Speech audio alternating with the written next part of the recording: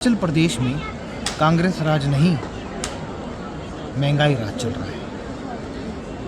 कांग्रेस के राज में जनता की जेब पर बोझ डालना पुरानी प्रथा है। जनता की जेब में डाका डालना ये भी पुरानी प्रथा है, पर अब तो हद ही होगी। अभी जो 12 लाख उपभोक्ता राशन कार्ड के हैं, अब उनको राशन कार्ड के डिपो में चीनी 3 रुपये महंगी मिलेगी। ये चीनी ही नहीं है, तेल, दाल, रेवेन्यू रिकॉर्ड्स, जो मर्जी ले लो, इन्होंने केवल मात्र अपनी कमाई के साधन को बढ़ाने के लिए जनता के ऊपर बोझ डालने का एक कार्य किया है। और एक बार नहीं, साल में कम से कम 10 बार इन्होंने जो है डिपो में अनेकों चीज़ों का जो है दाम बढ़ाया है। आप देखिए, ये केवल मात्र जो है दाम किस लिए बढ़े?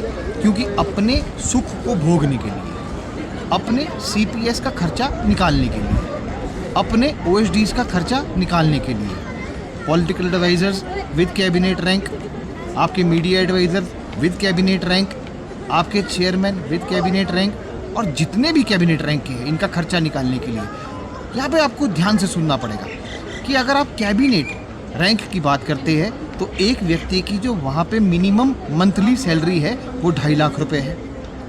उनको टेलीफोन भत्ता मिलता है, और अगर गाड़ी सरकार असमर्थ होती है देने के लिए तो उनको प्रति किलोमीटर 8 रुपये मिलता है।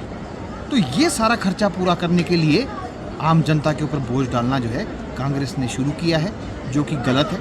और आने वाले 2024 के चुनाव में जनता इनको जवाब देगी। हिमाचल प्रदेश में कांग्रेस राज नहीं, महंगाई राज चल रहा है।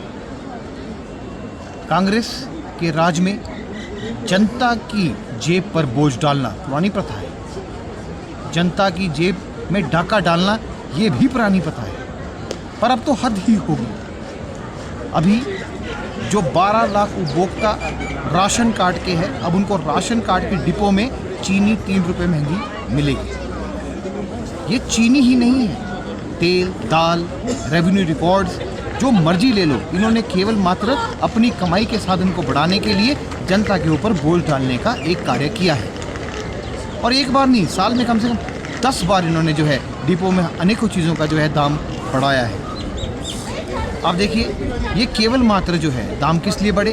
क्योंकि अपने सुख को भोगने के लिए, अपने CPS का खर्चा निकालने के लिए, अपने OSDs का खर्चा निकालने के लिए, political advisers with cabinet rank, आपके media advisers with cabinet rank, आपके चेयरमैन विद कैबिनेट रैंक और जितने भी कैबिनेट रैंक के हैं, इनका खर्चा निकालने के लिए यहाँ पे आपको ध्यान से सुनना पड़ेगा कि अगर आप कैबिनेट रैंक की बात करते हैं तो एक व्यक्ति की जो वहाँ पे मिनिमम मंथली सैलरी है वो 2.5 लाख रुपए है।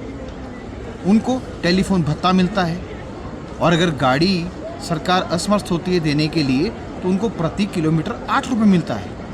तो ये सारा खर्चा पूरा करने के लिए आम जनता के ऊपर बोझ डालना जो है कांग्रेस ने शुरू किया है, जो कि गलत है।